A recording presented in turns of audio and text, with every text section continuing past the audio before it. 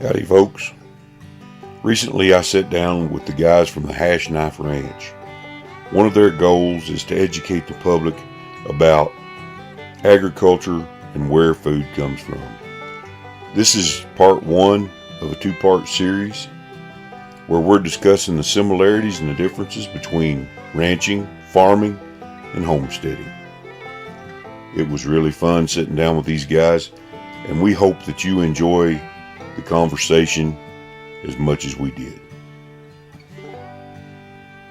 With that, let's get into the conversation.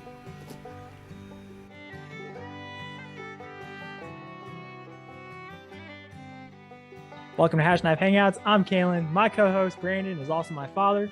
First time joining us, like, comment, subscribe. Interested in our social media? Look below at our Facebook, Instagram, and Twitter handles. For those returning, thank you for your continued support. And now, moving on, we recently came in contact with a channel that does similar things as us. That channel on YouTube is the High Desert Homestead. The Homestead shares projects and a lifestyle similar to our own. They produce videos and share their challenges just like us, only from Arizona. Today, we're joined by a special guest from the High Desert Homestead. Our guest's desire is to help the online community of ranchers, farmers, and homesteaders grow so that there's more information offered and available to educate the country. That's how we came into contact, via YouTube and Facebook.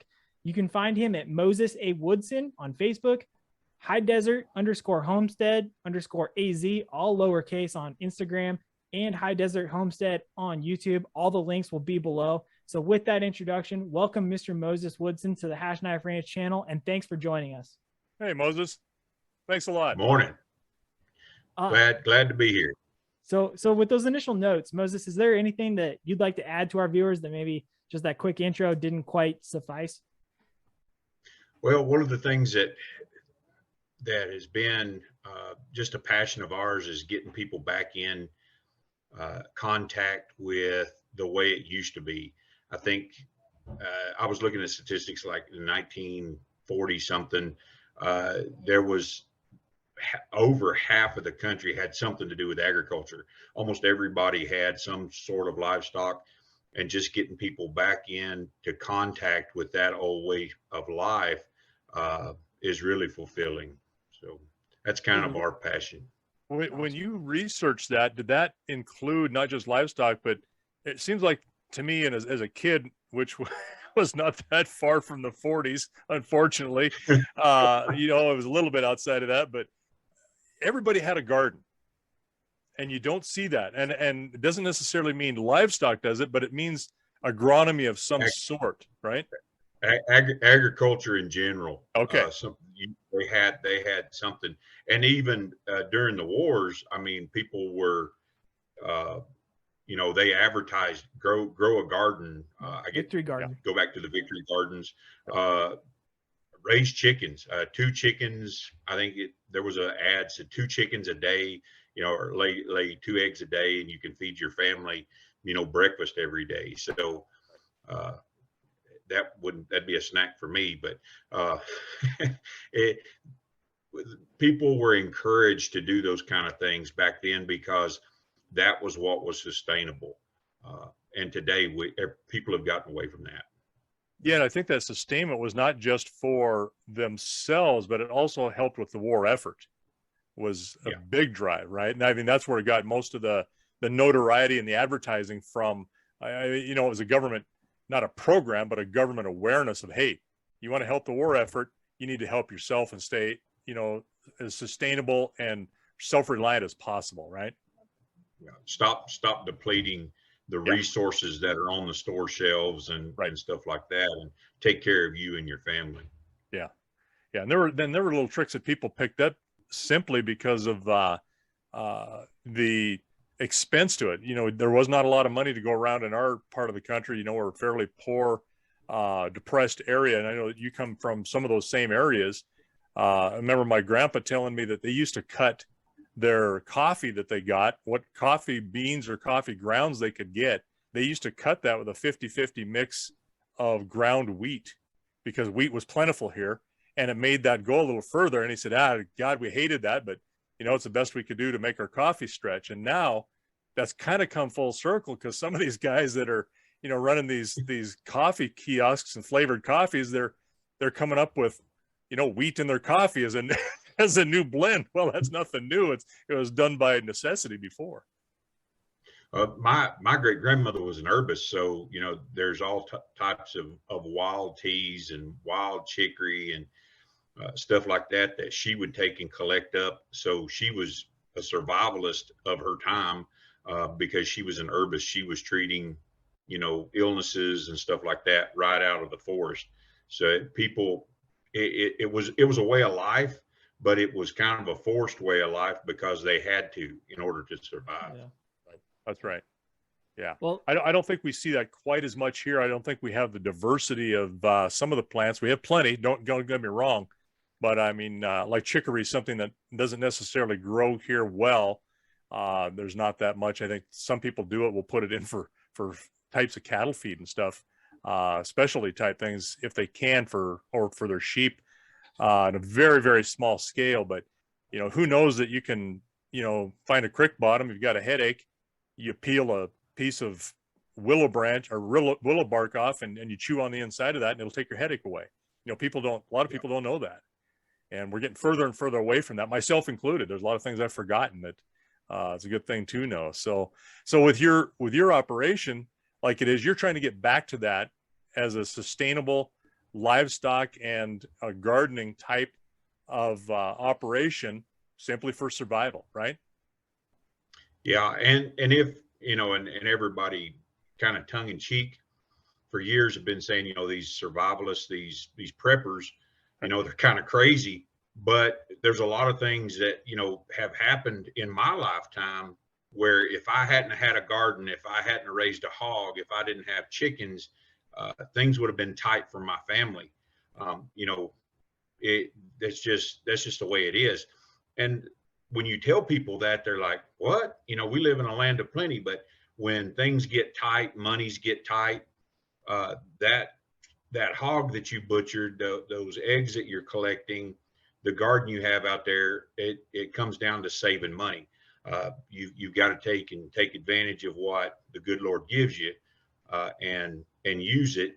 And that saved us money and helped us get through a rough spot. Yeah, no, that's exactly right. I mean, we used to rely on wild game, and even though we had some cattle, every animal was not necessarily for us. It was a lot of times for sale for someone else because that's what it took to keep the place going. And so you scrimped and you shot deer and antelope and for your own consumption, where your cattle and hogs went for somebody else. And a lot of times we could eat a hog, and certainly chickens are plentiful. You could do that no problem. But we would butcher a hog, but it wasn't all that often that we butchered a big steer or a big dry cow. Yeah, we grew up on the roadkill list, so we would get 2 a.m. calls. And a cow would be hit, or a bull elk would be hit, or a deer. Some would get hit on the road, and the state patrol would call us, and we would go out there in the middle of the night and salvage what meat we could.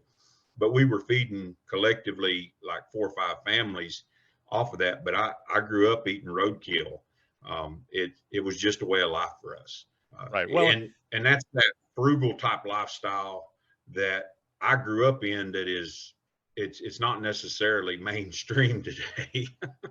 Yeah, and actually, and in Montana, a number of years ago, they passed a law where it used to be illegal to pick up anything that was hit along the road. Well, now, if you want to, and it's fresh, and you can get a permit to pick that up, they just want to track where it's going, and that people aren't just out shooting things, and saying, oh yeah, I picked this up along the road. And can utilize that meat. So it's kind of come full circle in a different way for a different, a different perspective that it's more now. It's like, well, it's kind of a waste to let that go. So maybe somebody can use it instead of, boy, there's people that can use that. It's a good thing that's, got hit. I mean, it's a whole different way of looking at it, but you know what, it's utilizing something that's there, and it's, and obviously you're not eating something necessarily that's so bloodshot that you can't utilize it, but it's, there's a lot of it that is utilizable. Well, and what we couldn't use, our dogs could eat, even their chickens, they that protein. So it all got used in some capacity. Sure. And again, that's kind of the way I was raised. My grandparents come through the Depression, so they saved everything, took advantage of everything. My grandma was out there, picking up stuff on the side of the road that other people thought was, trash, but she was making something useful out of it. And that's what people need to get back to. We are one of the most wasteful countries on the planet. I've been all over the world, and they do stuff with we look at it and go, well, that's just garbage, it's just trash, but they take and they utilize it and become profitable at utilizing it. And America just, we consume and throw away, consume and throw away. Yeah, I've said that many times, that we are a consumer society for the most part. There's very, very few producers, mostly consumers, and the consumerism is only for what it's marketed for, not necessarily what you can use as an aftermarket. So your point is spot on, I think. Yeah. Yeah, and I think the other thing too is you're talking about a lot of stuff that you grew up with and you understood, and I know you shared with me briefly a little bit that you lived in the Kentucky, Tennessee area originally, which I'm currently in Kentucky, and you learned some things on ranches and some farms that you'd been kind of a hand or help with. What kind of brought you from, I guess, kind of the eastern side of the world for the United States all the way to the West, and what made you decide that you were going to do a homestead specifically? The first off is the weather. Yeah. and we just seen tornadoes all the time. The humidity compared to here in Arizona, and I've lived both places. I've lived in the Four Corners area a lot of my life. The humidity in Tennessee is unbearable, and it's always wet. It doesn't matter if it's a cold wet or a hot wet, it's wet. Yeah. And I got kind of tired of that. But land, and I heard you guys talking one day about it. It's really hard to break into an agriculture or a ranching type economy because land is so high. It's hard to get. So when we were looking at land, we found cheap land in Arizona, and that's one of the reasons that we came to Arizona, is because it's cheap. Being cheap, it doesn't have anything on it. It's raw. We haul water and that sort of thing, but the land is cheap. We own it. It's ours. And that's why a lot of people are moving out away from the big cities. In Tennessee, you couldn't buy an acre for less than 50,000. And it's getting worse because they're just building subdivisions everywhere. The farms that I grew up working on are all now subdivisions. And you can't buy anything or do anything. What? Yeah, how many years? How many years did you do that as a help and assisting on the different farms and stuff? I was fortunate because my family were missionaries, so we got to move around a lot. So I got to see a lot of different ranching and farming backgrounds. I started when I was 14, working on a ranch in southern Colorado. So that's where I learned to cowboy at. And then, I always think back to that Monty Walsh line where he, at the end of the show, he goes, "I've rode from Canada to Texas, and I got paid to cowboy sometimes." He said, that's kind of how I was. I would help out farmers. I would help out ranchers. I'd go catch wild cattle just because I loved it, but I was young then. But that opened a lot of doors for me too. Training horses, helping farmers. In Tennessee, there's not a lot of call for day work. In the Four Corners area, you can pick up branding jobs. You can pick up, mending fences, checking reservoirs, whatever. You can pick that up as day work.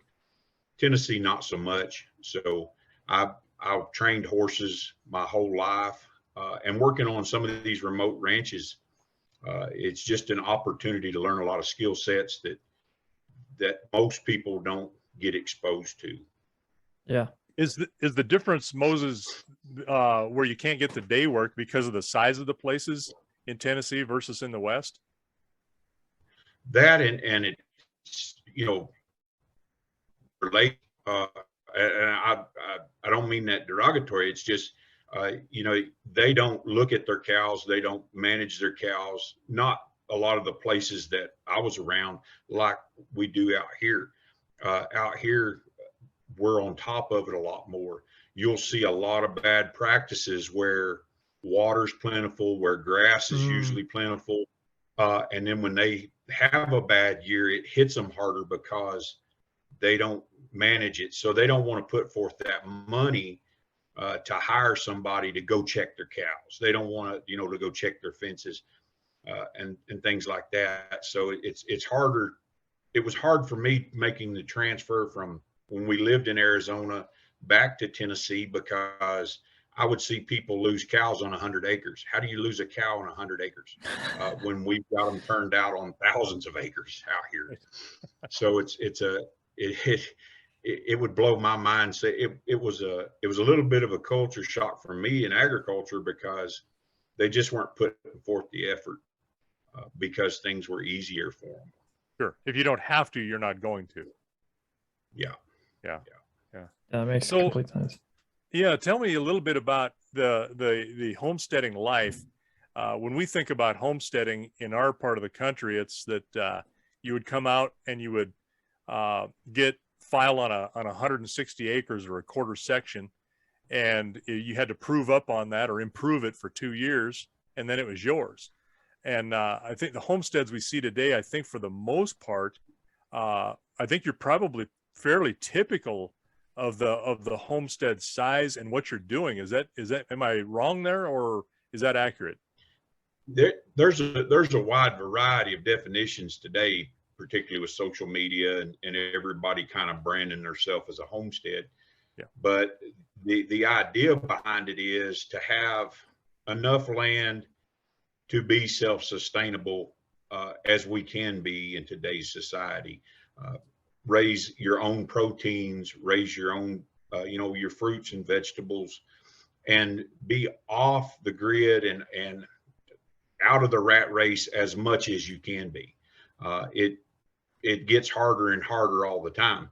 We have a really small place. We have sheep, we have chickens, and we're 3 years in, and I still don't have the infrastructure that I need to take and do everything that I want to do to be self-sustainable. So I'm still in that transition period of I'm having to work off the homestead to build a homestead, so eventually I can be self-sustainable. But that self-sustainable lifestyle, being frugal, saving money, not being reliant upon the system, I think is where the homesteads are going today. They do it on an acre, they do it on, you know, 200 acres. It's just a matter of the mindset rather than, okay, this is a homestead and this is what you need. Yeah, nobody's coming into that with $200,000 to plop down to put everything up and just start living like they want to. You got to work into that, right? So one of the things that occurs to me is as you talk is that you've got, you know, these animals and yourself, everybody requires water. And if you're hauling your water, that is a major investment in time and in expense to get that water to you until you can, I assume at some point you would want to drill a well if you could, but I don't know, in your area, you may be, if you're high desert, you may be a long ways to water too, if you're not close to, you know, some arroyos or some natural springs somewhere. Can you tell us about that? It's 900 feet on my place to water. So you got to go 900 feet down to get it. And that's roughly around $35,000. Yeah. We are planning on a rain catchment, but all that stuff takes time, money, energy, and to do it right. I see a lot of people that start out and go, well, I'll do this and I'll do that. And for me, it's not just about getting it done so I can catch water. It's about longevity. If something were to happen to me, I don't want my wife out there trying to jerry rig something to make it. I want whoever comes in behind me to be able to operate it so I've got a particular plan in mind. Would I love to drill a well? Yeah. $35,000 to drill a well. You might hit water, you might not. Yeah, that's on a hope, right? And yeah, yeah. So there are wells around, and I do have friends and in the community around who have wells that let us have access to it. So if it gets real bad, yeah, we got water. I don't have to haul it as far, but I don't want to exhaust those freebies, right, if you will, until it's a have to situation. So yeah, it's daunting.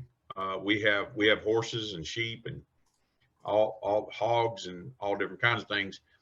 So we go through some water, but working off the homestead, I drive to town just about every day doing something for somebody because I'm self-employed. So I pick up water as I go and just keep it coming to the homestead.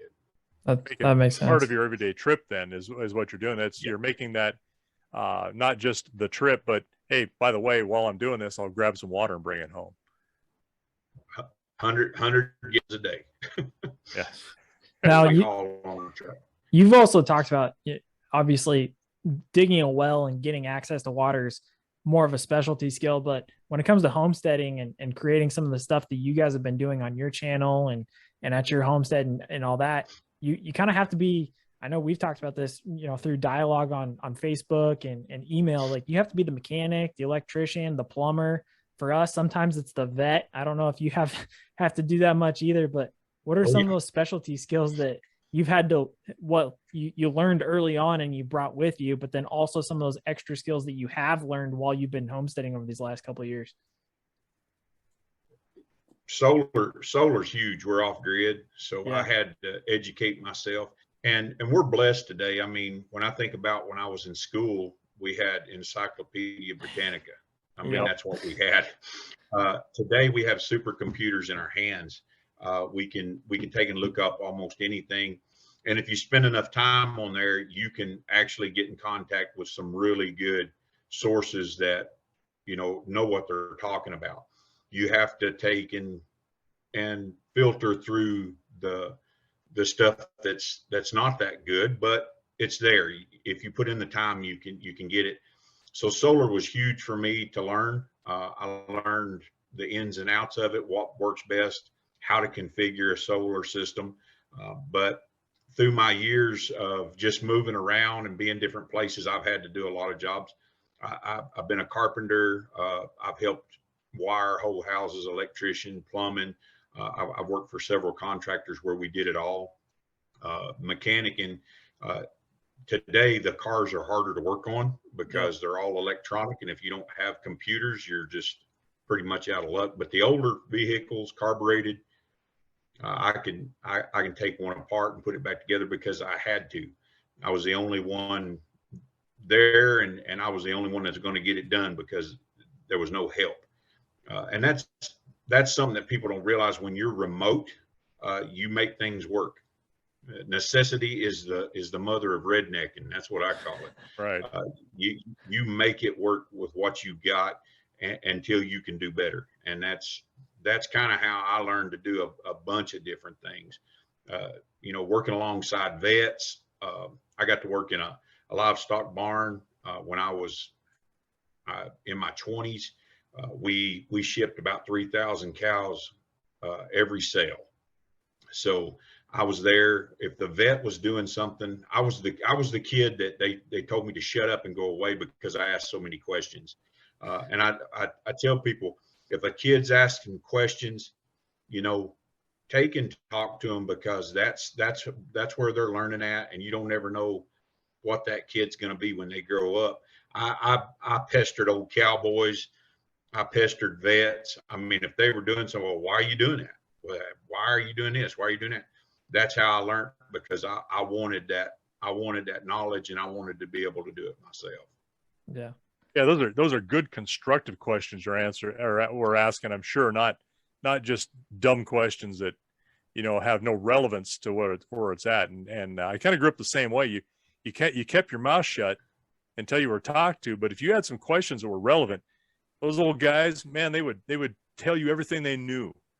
and tell you stuff that wasn't going on right there in that moment. And those are important things. And things pop into my head sometimes. They're like, man, I haven't thought of that in years. And I remember hearing it from, this guy, and never had to deal with it, but now I do. And that's valuable, very valuable. Yeah. I was the kind of guy that the first time I ever seen somebody shoe a horse, I was like 12, where I actually was right there. We had horses growing up, but I wasn't right there watching them. And this old cowboy on this ranch, he was shoeing a horse for the next day. We were branding, and he showed me everything. And I'm the kind of person that if I can see it done, I can do it. It may not be as pretty as what you did, but I can do it, and I'll figure it out. And the questions that for kids today, what I always taught my kids is ask why, not just how to do it, but ask why you're doing what you're doing. Why did you do that? And it's the little bitty things. If you know why you did it, you can go back and fix it. You can go back and correct whatever mistake you made. And that's one of the best teachers. Do it. I didn't do that just exactly right. Why? Go back through the process, and then you'll iron it out eventually to where I made a living shoeing horses. And once I got interested in it and he showed me how, then I read every book I could find on horseshoeing. I talked to every farrier I could get my hands on. And by the time I was 20, I was shoeing my own horses, and then shoeing other people's horses. And it just went from there. And continued education is key. I don't care if you're a rancher, a farmer, a homesteader, there's new information out there. There's people that through the internet now we're connected. Used to, you had a small community of people, and that was the length of your knowledge because that was all you had around you. Now I can get on here and I can talk to somebody in Australia and they're doing something. I go, oh man, I like that. That goes along with my philosophy of how I do things. And so then I add to my bag of tricks, and it makes you more valuable in your community, and it makes you more efficient at what you're doing in any given task if you'll apply yourself. Yeah. Yeah. And I think what you're getting to in a real short thing is you're teaching yourself how to think critically. When you ask the question, why, now you're figuring out the mechanics of what's going on there and how I can change it, how I can improve it, what doesn't work. And I can learn just as much by what doesn't work sometimes as what does work to get me to where I need it to work. Absolutely. Yeah. Absolutely. Now, Critical is there any thinking skill that you actually picked up recently that you did not anticipate learning or anything? Like you talked about solar, but is there like anything else, or was solar kind of that one skill that you brought on because you were just like, oh wow, we're in Arizona, we got a lot of sun, we got to take advantage of it? Water conservation. Okay. What I didn't know, and I grew up out here, but it's something you don't think about is the wind dries it out as bad as the sun does. Yep. So the way that we have to set up everything on our homestead is all about the opposing wind, so that it doesn't dry stuff out. If you're going to grow something, it's not only got to have shade, it's got to have wind shelter. We had a storm here the other day. We lost one of our garages. We had a portable garage that we had stuff stored in, ripped the top off of it, 70 plus miles an hour, and it was blowing snow. But if you don't have those things sheltered, it can dry it out and tear it up just as much as the sun does. People don't think about the deterioration of just infrastructure due to wind, the stress on it. And you go out here, most of our wind comes from the southwest. The southwest corner of any building is dried out and crumbling, where if you go on the other side of it, it's okay. Right. So that was one thing that now I'm a little bit more of a critical thinker when I go to build a structure, or when I go to plant a tree, or when I go to do something. I'm thinking, okay, wind and shade. So that's something. Swales, what works good around plants to make them conserve the water that you are putting on them so it doesn't evaporate. those are things I've really been reading up here lately, trying to just a little bit more informed on. Okay. Now, something also that, my dad actually helped create some of these questions that I'm asking as well. But one that actually intrigues both of us is there a community of homesteaders as like a resource for any sort of assistance that you guys do?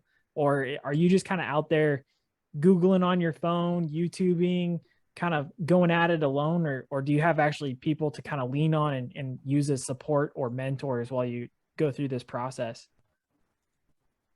There's resources. I don't know. I don't want to plug any organization on here. Yeah. But Facebook is a really good organization where people get on there and they have Facebook pages, homesteader, collabs, and where people post questions and people go to take and find things out.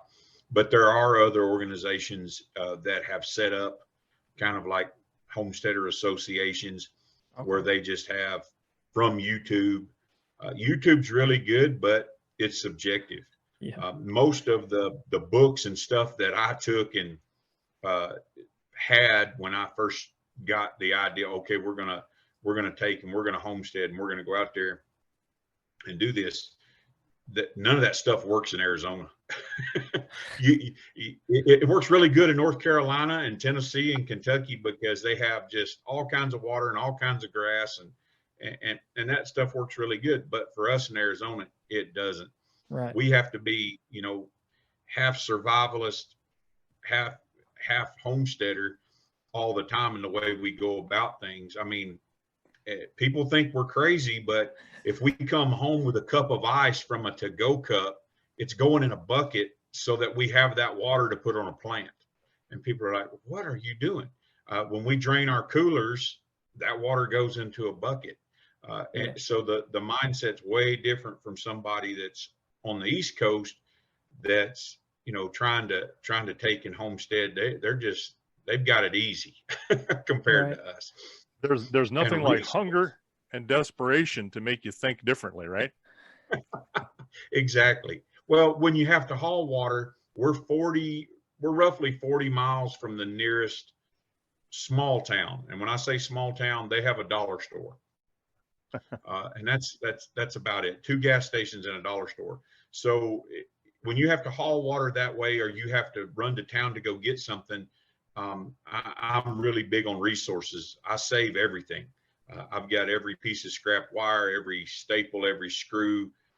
If somebody's tearing something down, I'm there. I'll take the screws, the nails, the bolts, the pipe, whatever it is they've got, I'm hauling it to my house, because when you're there working on a project, you don't have time to run the hour and a half, 2 hours to town and back to take and fix that one little thing that's holding you up, when you can go rig something that you've already got because you picked it up just in the daily course of life. You're getting kind of beyond just the survival portion of what you're doing. How much of your, say your chickens, your sheep, are you using as a commodity to sustain yourself instead of just your own use? Do you have stuff for sale for people? Do you go to like a farmer's market? We hear a lot about that, and there are some in some of the towns close to us, and even the smaller towns. But in our situation, it's very difficult to do a half a beef, where people will want select cuts of beef. So it's very tough to do that and sell a whole beef at a time. So we have a different way of doing that. But how about your commodities with your sheep and chickens? With the chickens, if we have any surplus eggs, there's a local farmer's market. We stake and sell those, and that helps, pad the feed bill. Sheep, this is going to be our first bunch that's going to take and lamb there on the property. So we haven't had an opportunity to do that, but we have sold hogs. We try to sell them at 6 weeks. If once they're weaned and they're done, we try to sell those, and we'll save one to take and butcher out for ourselves. Just keeping that feed bill as low as possible. On the desert, we try to find ways to keep that feed bill low, because we don't have just a whole bunch of grass. We don't have a whole bunch of stuff where we can just turn them out in there and they'll survive. I mean, once they eat it on the desert, it's gone. Yeah. You turn Yeah. horses out on grass, it's gone. And it takes a long time for it to come back. Particularly if we don't get rain. If we get a monsoon, we're pretty good, as long as you keep rotating your pastures and you keep rotating and keeping your stock off of it. Then it'll come back during the monsoons. But if you don't have those rains, you just don't have anything. It's just a lot harder to take and feed. Now, out of all of the stuff that you have for commodities, what's your primary income for that, and has it had to change over time at all?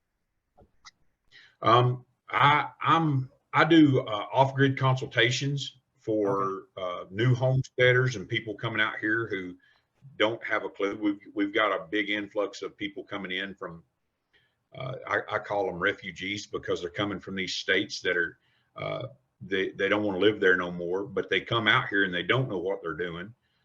They don't know how to set up anything, and they haven't done the research. So I'm kind of that link between them and them not making it. I help them set up their solar, water catchment. We build a lot of fence. When I lived in Tennessee, we had an agricultural construction company. So when I moved out here, people needed help with fences. I was like, I can do that. And that's something I talk about quite often. You've got to have more than one income stream. So we'll cut firewood, we'll build a fence, I'll build a deck, whatever somebody needs. I'll take and jump in there, because I've got a wide range of skills, and I can fulfill that need that they have. Interesting. So I guess that's the other part too. When it comes to failure or success of a homestead, what are kind of the chances for some of those newcomers that, you were once one time, and now you're helping those new guys and new gals as like you said, refugees. We see the same thing in Montana. They're exiting very expeditiously from certain states, and they're either going to succeed or they're not. And so what have you seen when it comes to other homesteaders in terms of that, and what are their chances? The number one thing is mentality. Yeah. If you are not willing to put up with inconvenience, our lifestyle is not convenient. It's not comfortable. When you have to turn your power off before you go to bed and turn it back on when the sun comes up, to take and do anything. We cook a lot outside. That's not convenient when the wind's blowing 30 miles an hour, and just because we're trying to conserve propane. The mentality in today's society, if you don't think inconvenience, they worship at the altar of convenience. You just set 3 seconds at a stoplight too long, and you'll find that out. Mentality's key. You got to have that mentality where, well, if it's tough, so what? If I don't have just everything I need, so what? And get out of that mindset that everything has to be perfect. People will go on YouTube and they'll see somebody do it and they go, well, I did it this way. I was just talking to a lady the other day, and they set up their solar system because that's the way their friend had it. And it was totally wrong for this country. It was totally wrong for their setup. And they had components that melted down because it wasn't set up for what they needed. So people need to get out of that mentality where, okay, maybe it's not perfect, but I can make this work. That's not perfect, but I can make that work. Expectations, preconceived ideas are the number one killer of homesteaders. They have this preconceived idea of how it's going to be, and then it's not that way, and they go, well, we failed. And it's just not that way. You've got to take life as it comes, one day at a time. That's the number one killer of homesteads. And the other is income. Nobody takes and plans enough. I always tell people, have a backup to your backup and a backup to that backup. Don't come out here with one vehicle, one generator, one thing of each. You're going to fail. You've either got to have really deep pockets, or you've got to plan And it took us right around 2.5 years before we moved on to our property, because I said, we don't have enough stuff. We've got to, and I was working at the time. I was buying stuff before we ever moved there because they just weren't prepared. People are not prepared. I said, I'm not going out there and not having the things that I need in order to do what I need to do. And that's what kills most of them. Well, and I'm sure when you started the whole homestead, you guys had a plan to begin with that you were going to follow. Like, how much has that changed based off of, having those multiple backups that you just talked about? Everything changed. It's all liquid. Yeah. It's all fluid. You have these ideas and you go, well, we're going to do this, and this. And when we first started, we were going to build an earth bag structure and we bought the earth bags and we were going to build an earth bag structure. We'd still be trying to build it. I said, no, cut that idea. We're going to build a stick frame. So we built a stick frame cabin, got it built, and me and my wife, she's awesome. She works with me every day. We took and we built that thing in like 3 months, had it done. Whereas the earth bag, we'd have been in the winter still trying to stack earth bags. So there's a lot of ideas when you go to put them into action, they just don't work out. So everything has changed. And then as opportunities come up, you have to be willing to take advantage of those and change your plan in order to take advantage of that opportunity. And that's where a lot of people don't take and follow through, because an opportunity will come up and they go, well, that's not what I planned. Well, who cares? We had a trailer, really nice park model trailer, and we were living in a cab over camper on our property. So you know how big that was. It was really small. We spent our first winter on the property in that. And this camper came up, 40-foot park model trailer, and this lady needed a fence built. And I said, I can build your fence. So she paid for the materials. I did it for the labor. And we had a 40-foot trailer now that we can pull onto our property while we build our house. And it's really nice. It's really comfortable, particularly when you're coming out of a cab over camper. Yeah. So now we got more space and it's more luxurious. But I go, well, that wasn't our plan. It was just an opportunity that came up and I took advantage of it. So don't ever get so set in concrete that you can't just flow with it and improve your situation. All right, folks, that's going to wrap it up. Make sure you're on the lookout for part 2 of this discussion. And remember, be not weary in well-doing, for in due season you shall reap, if you faint not. We'll see you later.